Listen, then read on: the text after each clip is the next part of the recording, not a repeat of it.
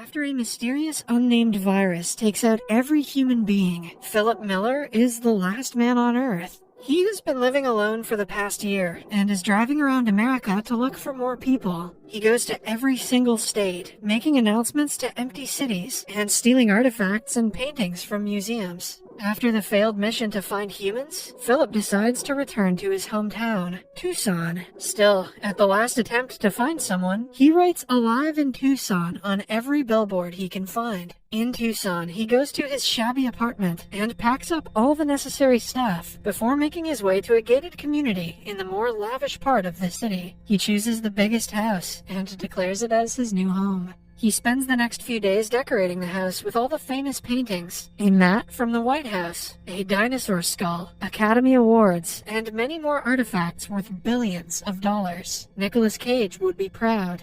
Every day before going to sleep, Philip makes sure to apologize to God for masturbating so much, and wishes that he sees the face of at least one woman before his death. Thankfully, there are still a plethora of cars that he can use to drive around. He goes to the grocery store in his underwear and breaks in using a gun. In only a year, he has completely forgotten basic decency, now that he has no one to impress. He also does everything that was just an impulsive thought before the virus, like destroying the pile of cans in the store and bringing hundreds of adult films home. To pass time, he plays racquetball with himself, uses lamps and aquariums as bowling pins, and crashes cars into each other. The chaos makes him feel a hint of adrenaline and helps him cope with the loneliness. After about a month, he starts to lose his sense of sanity. Moreover, being alone on his birthday reminds him of everything he failed to appreciate when life was normal. He misses his mother, his life, and humans in general.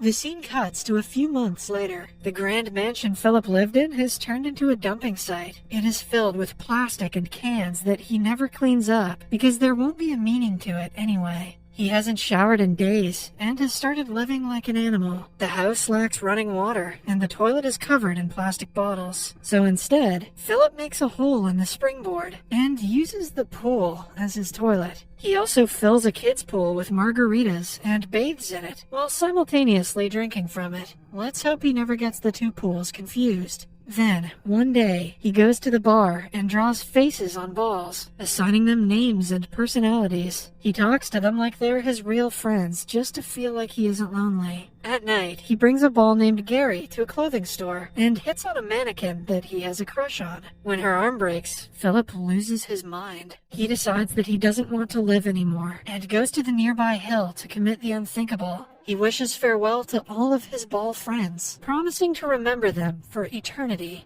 Then, he gets inside his car and drives towards the hill at full speed. Suddenly, he sees smoke rising far away and stops the car seconds before it crashes. Philip can almost not believe his eyes. He immediately follows the smoke and reaches a trailer that is clearly inhabited by a person. Then, he notices something he had been begging to see for the past year. Someone has left their bra to dry in the sun. Philip smells it and is so overwhelmed that he falls unconscious. When he wakes up, he sees a beautiful girl holding him in her lap. She seductively promises to fulfill his wishes and kisses him. Philip is enjoying the kiss before he wakes up and realizes he was dreaming. The girl in front of him is less attractive and older. She is performing CPR on him to bring him back. They pull away from each other, weirded out upon seeing another human after so long. Philip asks her where the beautiful woman is, until she points out he should be worried about his wet underpants instead. It turns out that he peed himself when he was unconscious. Even in a situation like this, Philip claims that he was swimming from the front side earlier, which is why his underpants are wet. He aggressively starts explaining that he did not pee himself, which makes the girl panic. She brings out a gun, asking him to stay away. Philip finally admits that he did in fact pee and is embarrassed. After both of them calm down, they introduce themselves. The girl's name is Carol. She used to be an analyst before the virus and has been wandering around America after everyone died. She saw the Alive in Tucson sign and came here to see if she really is the last person alive. Although Philip had been dying to meet a woman, he isn't very excited to see Carol. She repeatedly corrects his grammar, doesn't understand his jokes, and keeps talking about irrelevant things. After talking for a while, they decide to drive to the grocery store. On the way, Carol complains about him crossing the stop sign. Despite Philip arguing that there is no traffic, she remains adamant that they have to follow the rules, or else they will start living like animals. To make her feel better, he stops at a sign and looks to both sides, confirming that no one is crossing the road.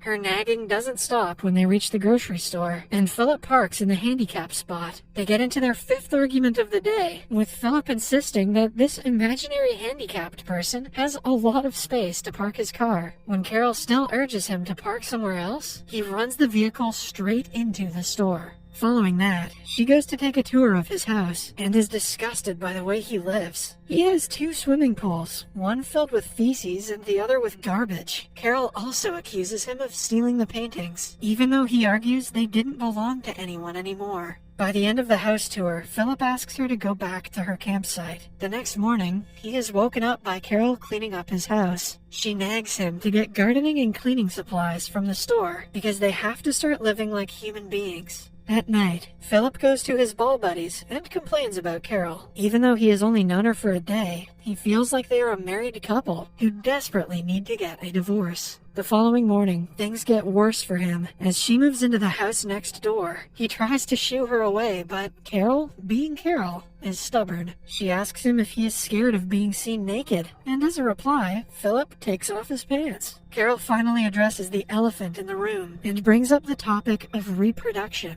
She thinks that they are the chosen ones who have been given the duty to repopulate the earth. Philip says he wouldn't sleep with her even if she was the last woman on Earth, which is true in this case. In the next scene, he is in his outdoor toilet when Carol approaches him. She wants him to find a way to get running water to their house. That way, they can grow tomatoes and other fruits. When he refuses to help, she tries to bribe him with fresh tomatoes, but he doesn't care. She should know better than to try bribing a guy who poops off a diving board.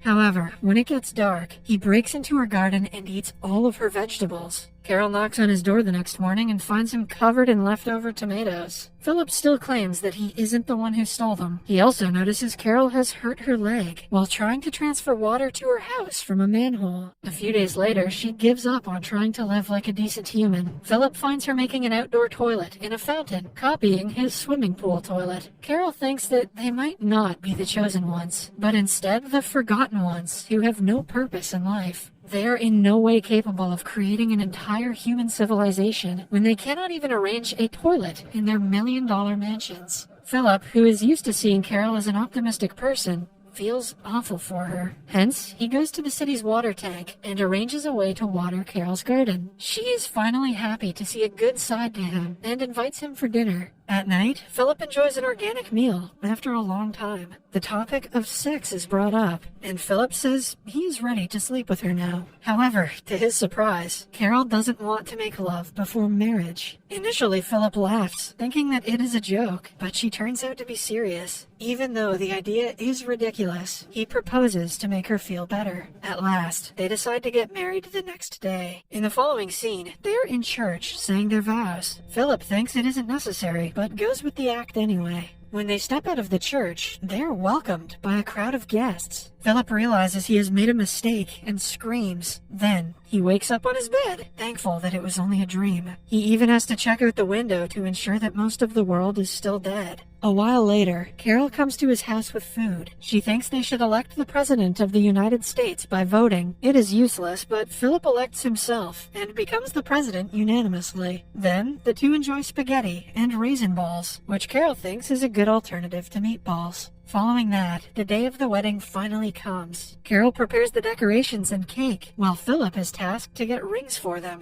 However, instead of getting the rings, he throws a bachelorette party for his ball buddies, setting fire to random things in a parking lot. He even goes to say goodbye to the mannequin, telling her that she will always remain the love of his life. At the end of the day, he goes to the church, where Carol has prepared a recording that will officiate their wedding. After brief vows, it is finally time to exchange rings. This is when Carol discovers that he didn't get them. She realizes she is the only one putting effort and calls off the wedding. Later, Philip knocks on her door, trying to talk to her, but she doesn't reply. Hence, he breaks down the front door with a hammer and enters the house. To his surprise, she has actually put in an effort to decorate it. She has even prepared a cake for them with his statue on top. Philip feels awful about what he did and apologizes to her. He also reveals that he doesn't really like her personality or the food she cooks, but even so, he is glad that she exists, because without her, he would not be alive right now. With that being said, Philip brings her out to do something special. In the following scene, they go to a jewelry shop, where Carol gets all the rings she wants. They finally officiate the wedding, and are declared husband and wife. At night, the two make love, but the experience is not how Philip thought it would be. Carol cannot stop talking throughout the night, making strange remarks that she thinks are hot. The next morning, she finds him playing racquetball in his home. Philip thinks she is going to nag him again, but to his surprise, she joins him in the game. They enjoy the rest of the day doing things like Philip normally does. They make fireproof suits and set each other on fire, run a bulldozer over beer cans, and go to meet Philip's ex-girlfriend, who is a mannequin. Carol talks to her for a while before beating her up for hitting on her husband. For the first time, Philip is glad that he married her and thinks that their life might be tolerable. As they are driving back home, they suddenly hit a limo in a junction. Shocked, Philip runs to the car and sees a beautiful woman come out of it. Just when he thought he was happy with his wife, he starts to regret their marriage.